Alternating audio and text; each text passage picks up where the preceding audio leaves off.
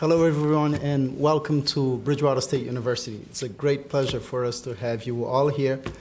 I see that we have some distinguished members of the community. We have some political figures, noted political figures here in the room.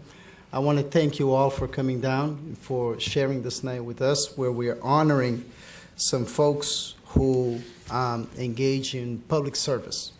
And recognizing the importance of public service. My name is João Rosa. I'm the director of the Pedro Pires Institute for Cape Verdean Studies. And part of what we do, although the Institute is an academic entity, part of what we do relates to public service and social intervention in a number of sectors.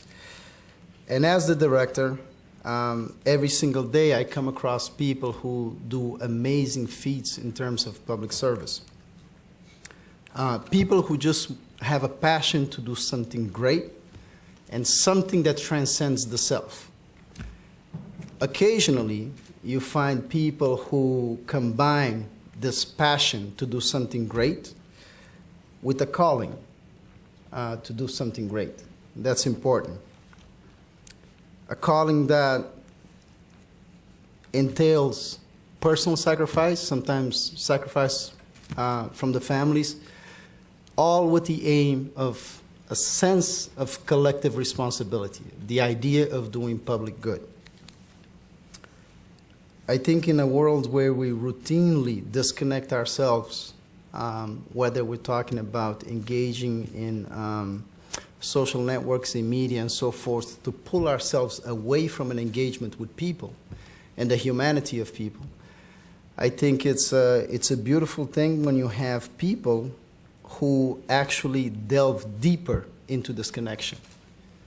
And when they delve deeper, one of the things that they do is that they listen more intently, they empathize more, and they engage in the solving of problems, in the coming up with solutions. And that's sometimes can be very difficult, particularly because of the nature of problems and the nature of what they do. I think I would echo, given that it's Black History Month, I would echo some of the words of Dr. Martin Luther King when he says, cowardice asks, is it safe? Expediency asks the question, is it politic? Vanity asks the question, is it popular? But conscience asks the question, is it right? And there comes a time when one must take a position that is neither safe, nor politic, nor popular. But one must take it because it is right. And it's in that frame, in this idea of honoring folks who engage in public service, it's in this frame that we want to engage with the work of these distinguished public servants of the people of the Commonwealth. Because as I said, while the Institute is primarily an academic entity, it is one that seeks to have a transformative impact in the world.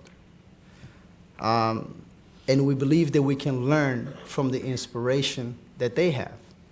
Because from our perspective, this is entirely a pedagogical thing. You learn also by watching what other people are doing. Once again, I thank you very much for coming down and sharing these brief moments with us.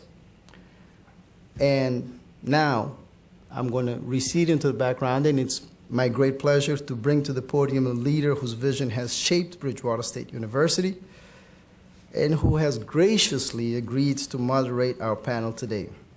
Dr. Dana Moeller-Ferrier, the president of Bridgewater State University. Let me give you a sense of what it means to make the kind of sacrifice that leads to the kind of inspirational leadership in the public sector. It means that it's an individual who not only understands that there is a greater good, that in fact, in order to change a culture, change a society, change conditions for people, that greater good exists. And for those individuals, it's about moving to the greater good. and we begin to think about what those sacrifices are to get there, some will make a sacrifice. And at some point, that sacrifice becomes a burden, and some point further down the road, that burden becomes an impossibility, and people fall to the wayside. There are others who understand that that sacrifice, that journey to the greater good, is something that cannot happen unless they commit themselves fully. Some people, such as Dr. King, give their lives to it, make the ultimate sacrifice. But change, and meaningful change, does not happen in our culture, in our society, in our world, without that level of sacrifice. When I think about the three gentlemen who are sitting here, all of whom over a number of years I've had the opportunity to work with in some capacity over any number of issues, I've come to know them pretty well. I've come to think about them as we were putting this together for this evening, think about them individually and think back to experiences that I've had with each of them. One of the reasons they're here tonight, and one of the reasons that we want to present them to you in this forum and to honor them, is that we know, I certainly know, the level of sacrifice they've made. In fact, in some cases, they don't know that I know some of the things that they've done very quietly and effectively to bring about change in our broader communities here in southeastern Massachusetts. I think about Vinny DiMacedo and the commitment that he makes to people every day. The sense of sacrifice, knowing that life could be a lot easier and life could be a lot less challenging, but he commits every day to making this a better community, to making Massachusetts a better place, and ultimately to making this country and this world a better place. And so as I think about way back when, Vinny, when I first met you some years ago, I realized that he was a gentleman who was in a minority party in a state that is so overwhelmingly Democratic. And that didn't matter to him. Because for him, and it didn't take me long to figure this out, it wasn't about politics. We think of politics and public service. Don't get them confused. Public service comes from those like Vinny who have this deep commitment to people, who have a philosophy about how that should happen that may be different than someone else, but it doesn't matter. What matters is the commitment to the greater good. So I've watched him over the years. I've watched Michael, who on the South Coast and in New Bedford and in those areas that we see some real struggle in terms of educational attainment, in terms of unemployment, in terms of any number of issues. He is a real champion for the South Coast. I think, and again, he's one of those people who doesn't know that I know some of the things that you've done very quietly. And that's what's wonderful about having the three of them here tonight. They are humble and quiet. There's so many things that, are, and that's the difference, by the way, between politics and public service. Politics needs a stage. Public service doesn't. Public service needs a commitment. And so, Michael, I just want you to know that I watched you on the South Coast. I know what you've done. I know how you've changed those communities and the difference you've made. The person I'm probably closest to is Mark Pacheco. And Mark and I have had a long history of working together. And because I know him so well and I know much of what he's done, he epitomizes, as the other two do, what public service is. Mark is relentless and has committed himself in a way to people in the communities that's a very grassroots type of commitment. Mark knows people in the region. He's connected with people in the region. He can speak to the President of the United States or a homeless person on the street with the same level of respect and dignity. So before you tonight, you have three people, not only that we get an opportunity to honor, but to hear from and to really understand what they see as their commitment to public service. And I'm just honored to have the three of you here tonight. Bridgewater State really is proud of each of you, what you have done, not simply for this university, but for this Commonwealth and for this country. So thank you for being here.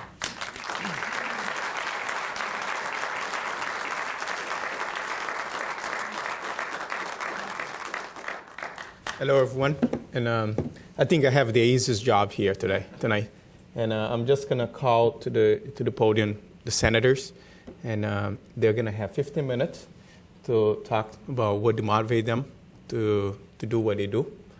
And first, we're going to start with the son of Cape Verde, son of the island. Vini Macedo. Thank you.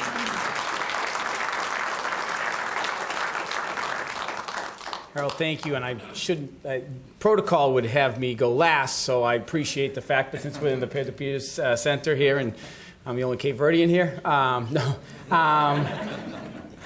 But first, I want to take this opportunity to thank Dana, who has been a great friend, and I'm just so proud of what you have achieved as a Cape Verdean American, and for so many people that I know in the Cape Verdean community, they look up to you, and the fact that you haven't forgotten where you've come from, and you make a point of not forgetting where you come from and who, and the opportunities of individuals that you want, that you've had, that you want to share with other people. And I know that that's what inspires you in education and inspires you to give back to students. And it really, I have watched you as well, and I've just been so proud to see someone like you who leads by consensus, and instead of it's my way or the highway, it's you are a leader who has brought people up and inspires people. And I'm really proud, and more proud in the fact that you're,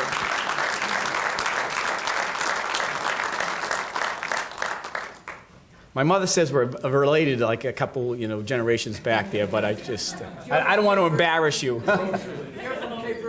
Isn't that the truth there? So, and I also, too, quickly want to take an opportunity to my political mentor, my brother Donaldo Macedo.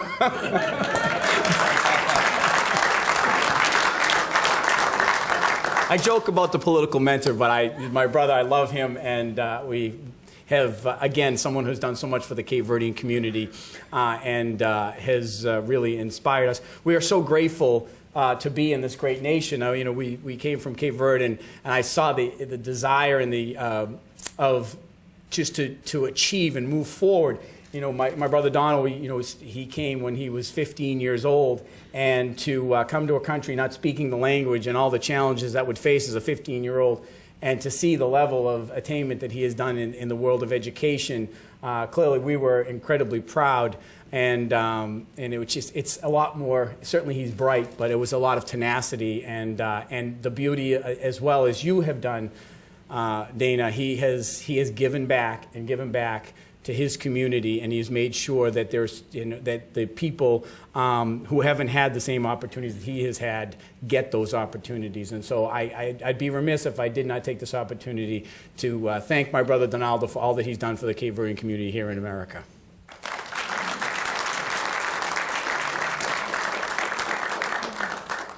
We were brought up in very different time frames. My brother Donald and I was brought up in the town of Kingston, Massachusetts, and a very Americanized at the time. Donald had moved on to change the world, and I was just a local guy and a business major. And that's when I went to college. That was really what my background was. But through the world of business, I ended up becoming more politically involved, understanding the role the government played, and that's what basically defined who I was. That being said, the interesting thing is, in this world of politics, I very much changed my philosophy, because I was, in many ways, as a small business owner, gone to college for business off in New York, I was very myopic in my perspective, and then you get there and you start to see the real challenges through the breadth and scope that those of us in the legislature deal with each and every day.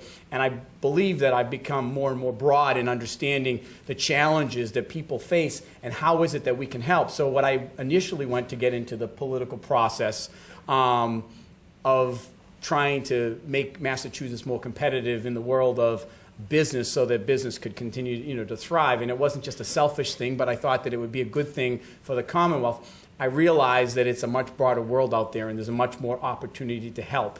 And I know for myself and my colleagues who will be speaking to you very shortly, we love the opportunity to give back and to help people. There's no greater joy than to be able to assist someone in some way, shape, or fashion. And I'll tell you, we, 16 years of this, and they've certainly served a lot longer. I think you've been here for 27 years in the world of politics.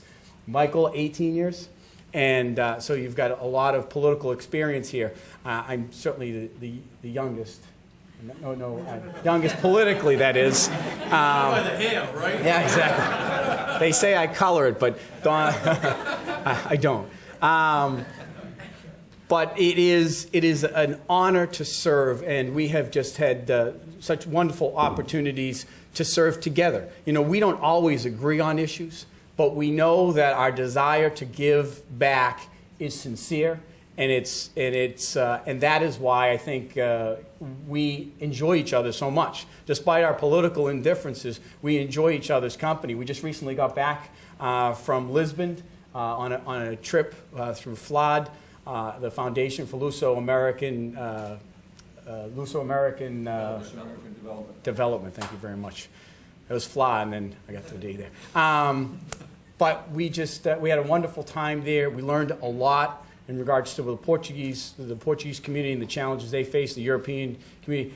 But we also enjoyed working together, and we do this often. And it's an interesting thing. Through the 16 years that we've been serving together, we work together on behalf, whether it's the Cape Verdean community, whether it's the Portuguese community. You will find the three of us conspiring, working together for the good of these groups, and I think that that's a great thing, and each in our own different way. So I don't want to belabor or stretch this out anymore, but to only say that I'm incredibly honored to be an individual who immigrated to this country and yet has had incredible opportunities, far greater than I ever deserve. But it is, I'm here for the ride, and I'll take it as long as the people will continue to vote for me. And I do enjoy working with my colleagues because these, as Dana was sharing, these are two men of a real commitment to giving back to their community. There isn't a time that I have ever spoken to the two of them, and oftentimes I do it on behalf of the Cape Verdean community. Hey, Mark, hey, Mike, we need something. We need to do something for Cape Verde. We need to write a letter. We need to do this.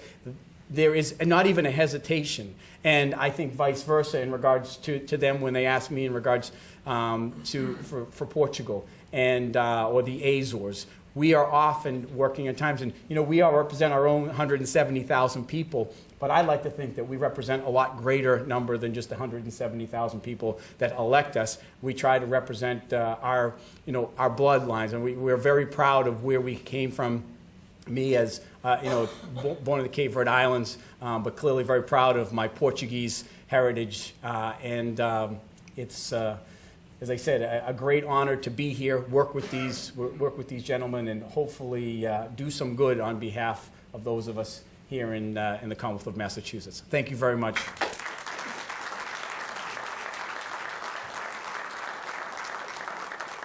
Thank you, Senator. That was quick, getting me back here. And yeah. If you want me to go longer. And what I'm going to do, actually, I should have done that before. Introduce myself. My name is Harold Tavares. I'm an Assistant Director for International Relations and Exchange Program here at Bridgewater. And our next guest, Senator Michael Rodriguez.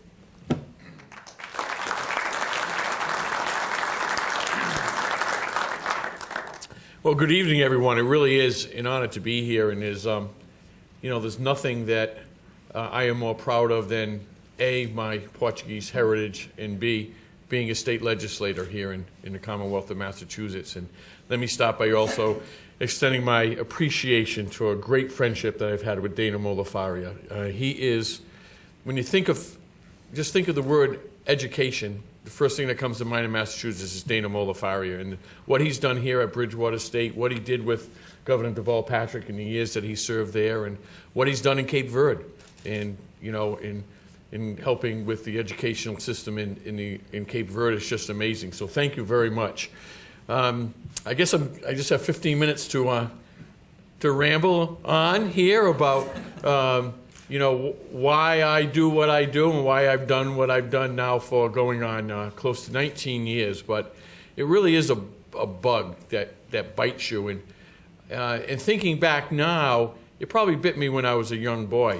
I come from I'm third generation. My grandparents immigrated from Portugal, and we have all different. We're from the continent, and Mark's from the Azores, and Vinny's from Cape Verde. But the same blood runs through all of us when we talk about Portugal. But my grandfather, who was born up in Central Bed Alta in Mangualde when he was one of 14 children, and when he was 16 years old, his parents sent him to the worlds. Go down to Lisbon, make a life for yourself. So he moved with his family in Lisbon, working public works, putting the stones in the sidewalks. And when he was 18, 2 years later, he moved to America, and he called for the woman whose house he moved into, who turned out to be my grandmother.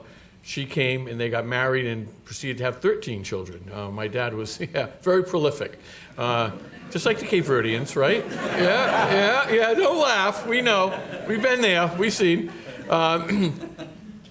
But my grandfather started a construction company, as most Portuguese do, and with 6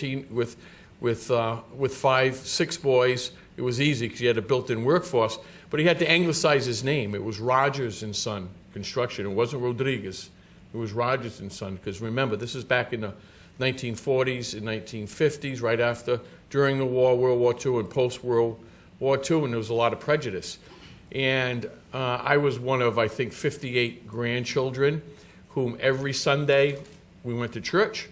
After church, we went right to Vavo's house, right to my grandmother's house, and we used to eat in waves. First it was all the children would eat, and you would, and does it sound familiar? And the kids, and we used to start in my grandmother's sewing room at card tables, and then you moved to the card table next to the dining room table, and then when you were older, you actually sat, got to sit at the dining room table. Then after all the kids would eat, they'd get shipped out, then all the men would eat. They would eat. What are you laughing for? It's true. All the men would eat. Happened every Sunday. And then once the men were done eating, they all went into the living room where they would smoke their cigarettes and have a couple beers and watch football and fall asleep. And then the woman, my mom and all the women would eat and clean up. But it happened every single Sunday. But we always talked about public service and politics were always parts of conversation. And my grandfather in 1956, a Portuguese immigrant named Zulmiro Rodrigues, ran for, in Westport, this little Yankee town, highway surveyor, and beat Norman Gifford. So a North End Portuguese immigrant beat a South End Westport Yankee for highway surveyor. And I can only imagine the riots that happened in Westport at the time. And he was a principled man. You say, do what's right. And this is the old school, and he would do what is right. And I love, years later now, all these stories come back. And one story of my grandfather, in 1959, a young man by the name of John F. Kennedy was running for president of the United States of America. And he was coming to give a big speech in Dartmouth at Lincoln Park. The young kids don't remember Lincoln Park, but those older remember Lincoln Park Amusement. That was the big place in the South Coast. He was coming to give a big speech.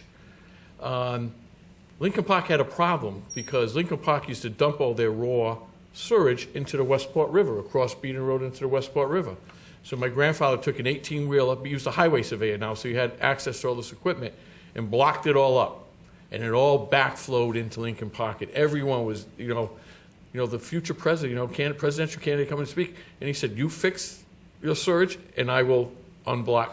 And they promised to, he unblocked it, and the first water treatment facility at Lincoln Park was then installed. Those of you can remember in the back corner down by Beaton Road, that's where it was.